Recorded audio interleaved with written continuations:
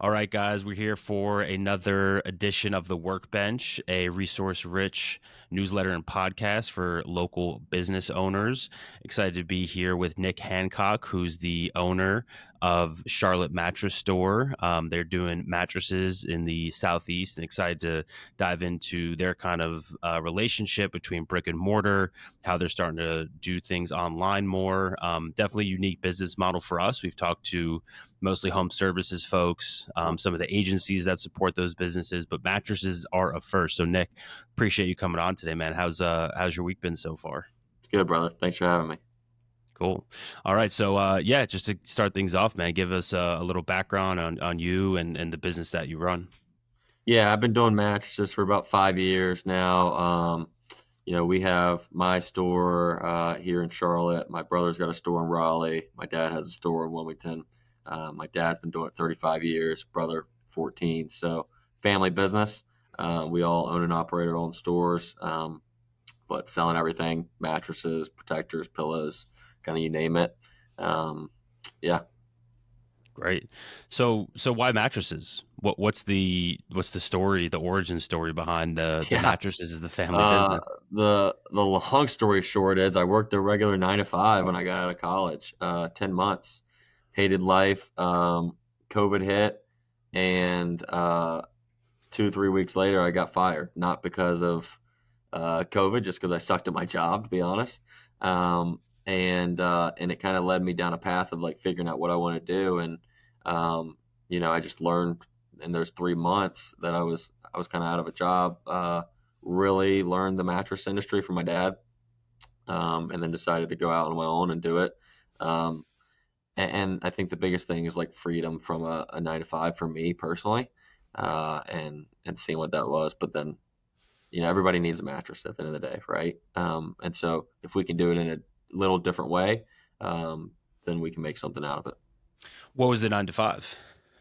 I was like a insurance brokerage company. I was like the fancy title was account analyst. I was a desk jockey, basically, just doing whatever I was told. You know, Cool. Yeah. not well, clearly. With this mattress, the mattress business, yeah, give us the breakdown. It sounds like you guys have a couple stores. You're starting to Mhm. move online more. I'm working with you to get a new Yep. mattress for my Yeah. house. And it's been an interesting experience because I kind of came up when I first started shopping for mattresses. I'm 31 now. When I was first shopping for mattresses, Tuft and Needle and Casper and those brands were like hot, right? The ads were all over the subway when I was going to work in New York, and so Mhm. that's sort of the mattress experience I've had, right? I never really went to a Interesting. mattress firm to buy a mattress. I was always a mattress in a box guy just because I think mostly my age. Yep. So tell 100%. us a little bit about the structure of the business and how you guys are doing things here in 2025. Well, yeah, so we almost have like effectively two different businesses, right? We have the regular store, which is what your parents grew up on, right? Where people meet us by appointment. They come into our store. I just had a lady earlier today. I mean, in and out in 20, 30 minutes. It's customizable. I take them through a comfort test, figure out what they call comfortable, and then figure out where the budget is, etc. And then we have the online, which is almost the same thing, right? What you've experienced. Whereas, Match Firm's the easiest. They have over 2,500 locations, and I know what they're going to have in all their stores because it's the same. So you go and try out the Tempur-Pedics and figure out what you like, and then I show you something that's a third of the price or whatever it was, right? And and that's kind of how we do it now. In between all that, for people online or people that work with me on Twitter, is figuring out, okay, this is what they've told me they like comfort wise. And then I go and that's what I told you. I went and check out spec for spec, what it looks like, and using my education of the mattress so you don't have to, right? And then figuring out, okay, a far better price as well, right? And so that's essentially what we do. It's not rocket science at the end of Yeah. the day. Yeah. And so walk us through the breakdown, like how much of the sales, I don't know if you can give a specific number, but just, I think the hybrid model of brick and mortar and online presence is quite interesting. So walk us through how you guys think about those two different channels for your business. Yeah, to be quite honest, like I mean, I didn't really start doing online until December. I really just started talking about it on Twitter. and building up a following, and people know me as the mattress guy, and so just facilitating that. So that's really like in the infancy stage for us. We're building out online. We got Bodie and those guys from Striker Digital, building out the online for us, website, etc. So that's kind of an infancy stage, and so what it's always been is really residential for our store, and using different things, Facebook Marketplace, Craigslist, OfferUp, Google, you name it, to really attract customers. We're not going to be putting ads in subways or on TV, right, or radio or newspapers. Those are just all far more expensive means. So yeah. While you're relatively new to the business, it sounds like your dad has been in it for decades at this point. Yeah. How did he manage that shift from kind of the traditional experience to, I'd imagine, when Tufted Needle and Casper and Purple and these direct to consumer mattress in a box folks who were propped up by venture capital came in? How did he manage that sea change? I'm sure it was Yeah, well, a to big be change honest, I for him. mean, that's really been more of in the past, really, truly 10 years type of thing. And honestly, it doesn't have as much weight. Tough to needle and that kind of does. But, you think of the Caspers, the Purples of the world. They really haven't been as impactful until the past 5, 6, 7 years, right? The mattress industry, what most people see and can probably infer is it's very slow moving, um, and often it's dictated by the people who have money, right? So like our generation of people, I'm 27. Um, our generation of people didn't have the money, right? So just because the ads were hitting them didn't mean that they were going to buy, right? But it was your parents and all that, and their friends that had the money, right? So they were still buying traditional mattresses, and still are, right? I mean, you still have probably over 60% of the market still buys traditional or wants to try it or something, right? So it's making an impact. It's definitely garnering market share. It's not 100% though, right? Now that's all we think of, right? Because bed in the box is easy, convenient, but there's a lot of drawbacks to it as well. And the reality is, like, we'll see if some of these bed in the box companies stick around. Purple's a prime example of that, where the funding might not be there long term for them. So yeah. Walk me through a mattress purchase process. I think a lot of people are intimidated. They know they want to get good sleep. Brian Johnson, the Never Die guys on YouTube telling them that sleep's the number one most important thing. They Mhm. know a mattress is going to cost them a good one, a couple grand. For someone who's saying, man, I've never bought a mattress before. I've always lived on whatever my mom put in my bedroom. I'm 24, living in the city, need my own mattress for the first time. Can you walk that person through a kind of 1, 2, 3 guide for buying the right mattress for them?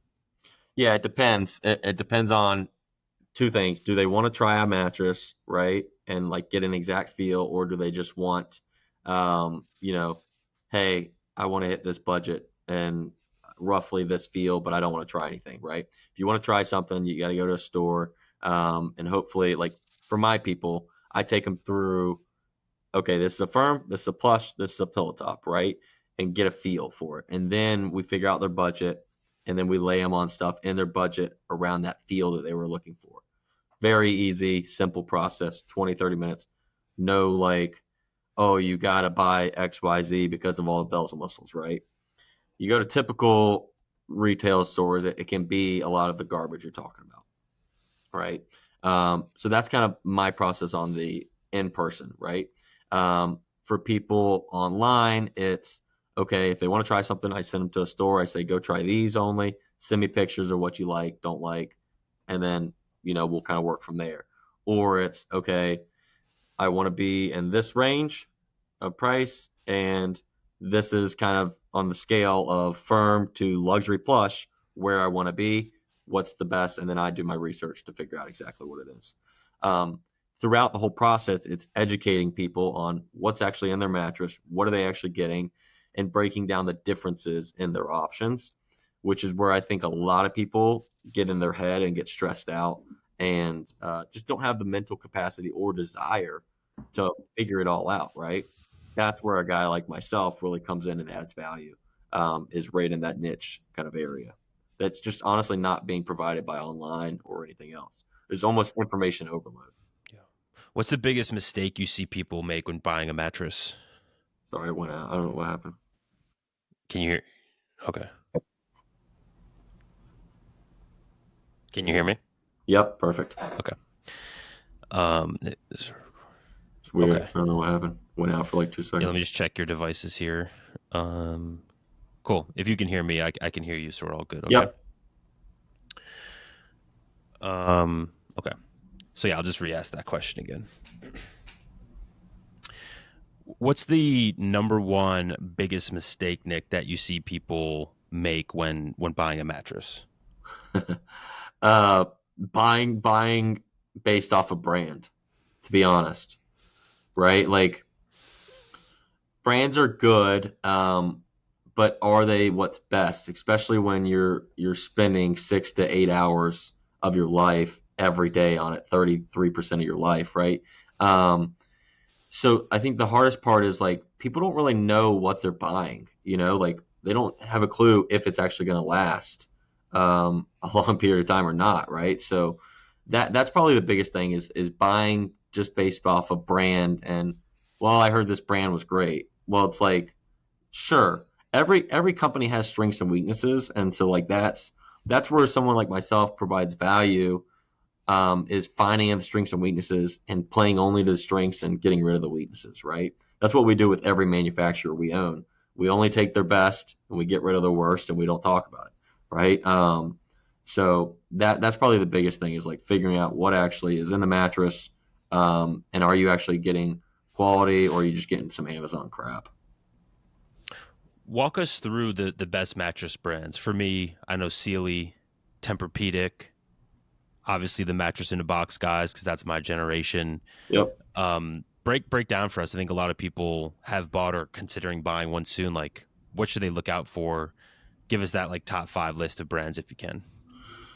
Yeah, so I'll talk about the ones I've talked about publicly. Tempur-Pedic's by far the best brand. Like in terms of everybody knows they're first in. They are really bet in the box. Um, their drawback is price, right? For instance, I've spoke with you and I spoke a lot on Twitter about it. This company called M Lilly right now, is by far my favorite in terms of value for people who want Tempur-Pedic quality but don't want to pay that price, right? Like, I mean, Tempur-Pedic prices are car prices. Um, so that would be one of my favorites right now. We have some others that we kind of keep in house, to be honest with you. Um, but in terms of like what I've spoken out there about, M Lilly is by far my favorite in terms of making a great product. They're actually the largest manufacturer of memory foam and hybrid mattresses in the U.S. And they actually manufactured for Tempur-Pedic 7 years ago. A lot of people don't understand this. Like there's a couple manufacturers that private label and do a lot of the volume, right? And so you think you're getting these different brands, but it's really coming from the same manufacturer. And I've talked to a lot of people in manufacturing. That's the case in that's the case in a lot of industries. So Pulling back a little bit to your personal journey, what was it like for you to go from college to the traditional 9 to 5 path to then joining the family business? How was that? Did you immediately know you wanted to do that? Um, to walk us through that kind of personal experience of making that shift so quickly after college. yeah, I had to be honest, my mother influenced me a lot. She didn't want like another kid in the family business, right? My brother was already in it. And so I was like, all right, well, this sounds like the right thing to do right now. And just realized through experience, which I think is the best thing, that it wasn't for me. And I think it was like the best blessing in my life that I got fired because I probably would have stuck it out, in that 9 to 5.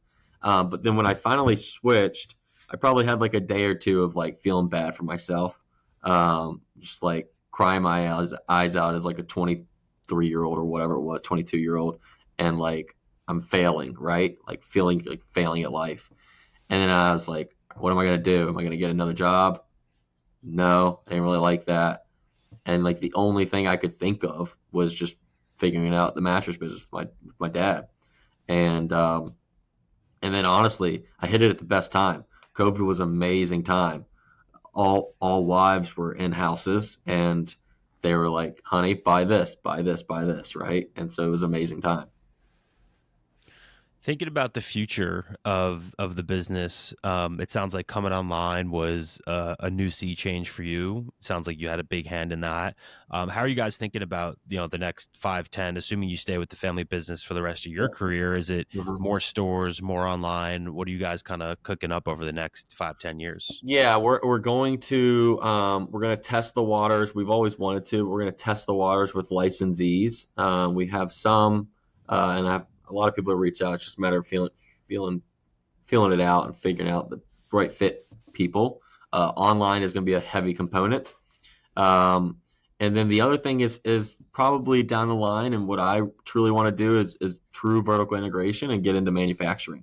Um, I've talked about this a couple times. I'm trying to use what we're building on Twitter with a real brand and a connection straight to the consumer to figure out the data points that are needed that need to go into manufacturing to innovate the right products.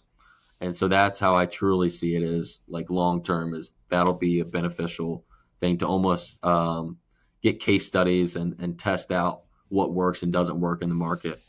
Simple as being able to send stuff to people like I've been doing with some pillows as well to get real feedback from people. So I think it's a combination of all those things.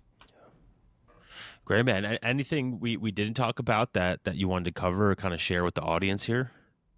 I would just say to like I don't know what your typical viewership is, business owners, etc. Like if you truly want to like pursue after things, just go all in, right? Like truly commit. If you're working your 9 to 5, commit that extra time to like really pursue after it.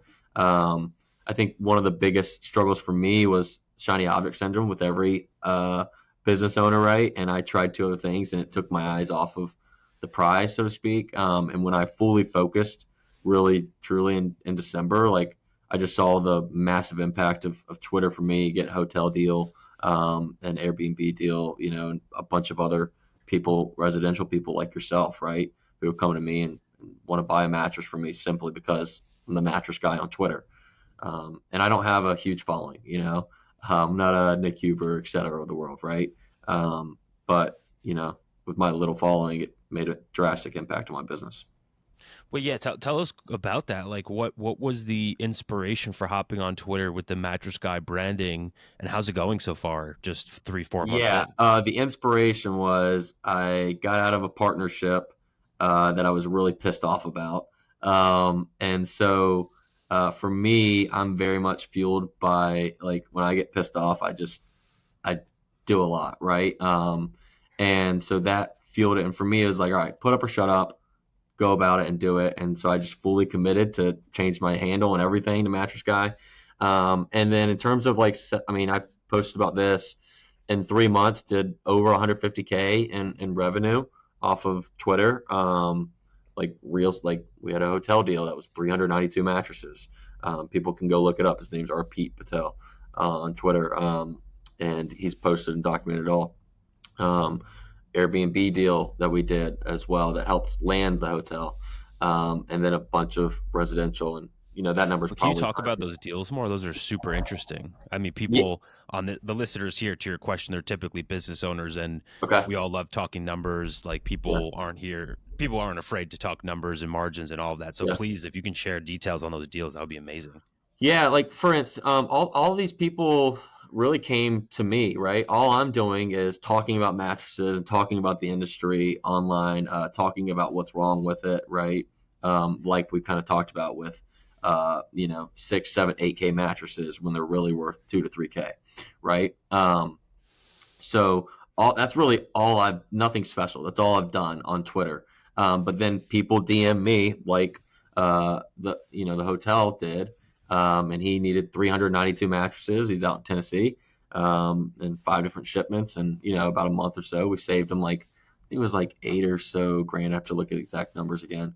But just got him a better product that's going to last even longer for him. So, um, yeah, it was about a month-ish process. And then we got some others that we're talking to as well, all reaching out to me. This is the quote they got. Can we beat it? And going from there, right? But it's just because I'm constantly talking about mattresses and branding ourselves in that way.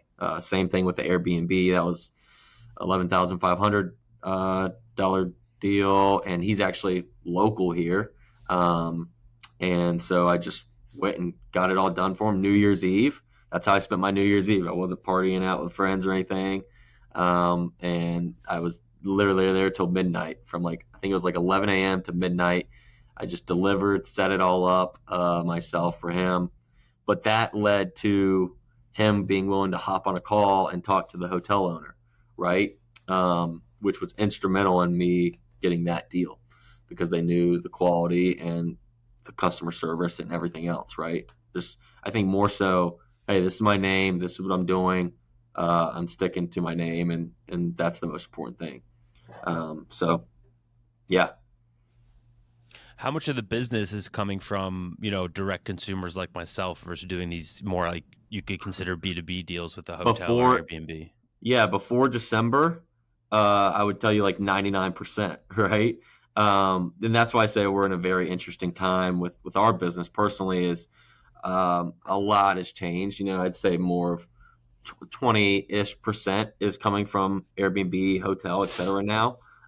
Still not a major portion of it, but it's growing as we get more at bats, right? So if there's a hotel owner out there that's independent, please DM me. But that's where we're getting more and more to. It's far more fun, right? Obviously, but at the end of the day, like, I like helping out anybody, right? Like, I've had just as great time like texting you about saving you hopefully a couple thousand. So Great. Amazing, Nick. Where can folks listening check out the store in person, online, and then where can they find you on Twitter, other socials? Let folks know where they can kind of tap in with you and your business. yeah, website www.directoutletmattresses.com. We got stores in Charlotte, Raleigh, and Wilmington. So you can look at all the addresses on there, and call us as well. Phone numbers are on there. And then Mattress Guy on Twitter. So Great. Nick, thank you for coming on. Appreciate your time, man. And yeah, hope you have a good rest of your week. thanks for having me, brother.